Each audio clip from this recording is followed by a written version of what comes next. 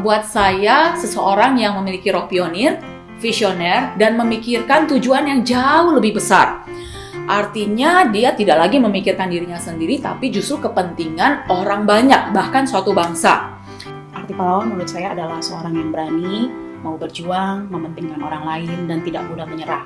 Juga seseorang yang berpengaruh terhadap sekelilingnya. Pahlawan adalah orang yang rela berkorban untuk kepentingan orang lain, dengan tulus melakukan sesuatu tanpa adanya motivasi pribadi di dalamnya.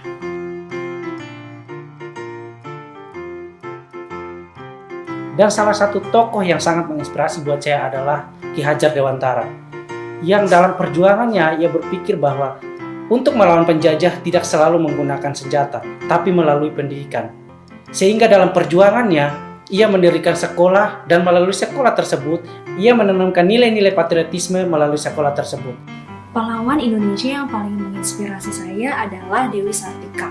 Semasa hidupnya, beliau memperjuangkan hak wanita yang dahulu dianggap lemah daripada kaum laki-laki dengan mendirikan sekolah istri, yaitu tempat di mana para wanita dibina untuk menjadi ibu yang baik untuk anak-anak mereka.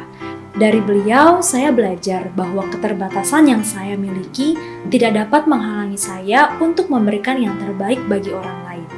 Pak Soekarno, alasannya adalah karena Pak Soekarno adalah orang yang berpengaruh di sekelilingnya. Dia tidak hanya dihormati di Indonesia, tapi juga di dunia. Dia orang yang cerdas, terbukti dari jargon-jargonnya yang bisa menginspirasi orang banyak, dan juga seorang yang mau berjuang untuk Indonesia sehingga dijadikan Bapak Proklamator. Jenderal Sudirman. Jenderal Sudirman adalah seorang pahlawan yang tidak pernah menyerah sekalipun secara kondisi fisiknya sudah tidak memungkinkan lagi. Ketulusan Jenderal Sudirman membuatnya tidak pernah menyerah untuk berjuang mengusir penjajah dan mempertahankan kemerdekaan Indonesia. Alasan saya mengagumi Raden Ajeng Kartini adalah karena Raden Ajeng Kartini mau melawan budaya patriarki yang dilakukan secara turun-temurun oleh orang Indonesia, yaitu di mana seorang wanita harus tinggal di dalam rumah dan tidak memiliki pendidikan yang tinggi atau tidak diizinkan dalam memimpin. Namanya Maria Walanda Maramis.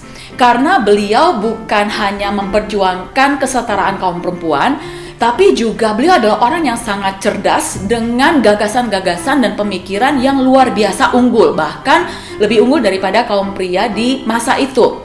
Gagasan dari Maria Walanda Maramis inilah yang justru membuka jalan untuk kaum perempuan di Minahasa pada saat itu bisa mulai berkiprah di sosial masyarakat.